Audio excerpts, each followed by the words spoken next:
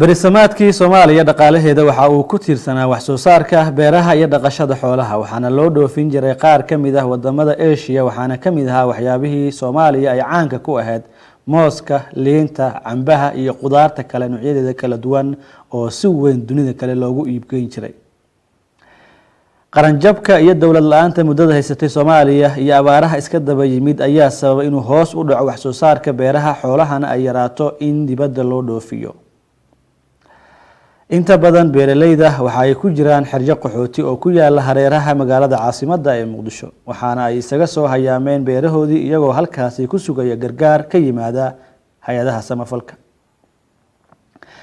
haddaba hal abuurka iyo bilowga hawl qof ayay ku timaadaa oo tusaale u noqda bulshada inteeda kale. haddaba waxaa jira kooxo habla ah oo bilaabay inay beeraan isla markaasina tayeeyaan muuska oo ay ka ganacsadaan.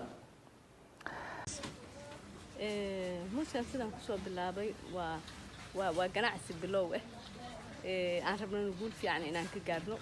waa aragtaa muuska sidii afgooy looga keenay baabuurka laga dejinayo sidaasaa loo dhaqaa loo jarjaraa biyahaasaa la geliyaa waa lagu dhaqaa kadibna waxaa la geliyaa qaboojiyaha marka saas baa shaqadiisa muuska.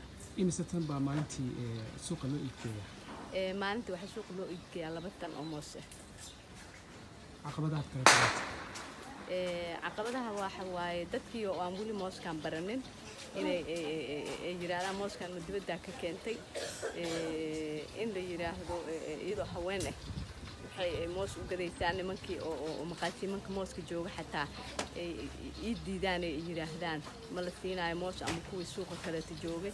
caqabadooyin badan ay iska jiro wadadii oo xun anigoo dhaqaalaheeyay kaafinaynin inaan magaaladii hal mar aan wada siiyo mooskii hal maalin aan wada siiyo. haddaan maanta 4 baabuur ay shaqeeyay 2 tan aan bixiyaa haddaan heli lahay 4 baabuur oo kaleeto 2 tan oo kale aan ku dir la 4 tan oo kale aan bixin lahaa. marka caqabado dhaqaale iyo caqabado oo ma aragtay mooskii iyo riixid la riixayo haween ahaan la igu riixayo waxyaabo badan ay isku jir laakiin waa ka gudbeynaa insha Allah.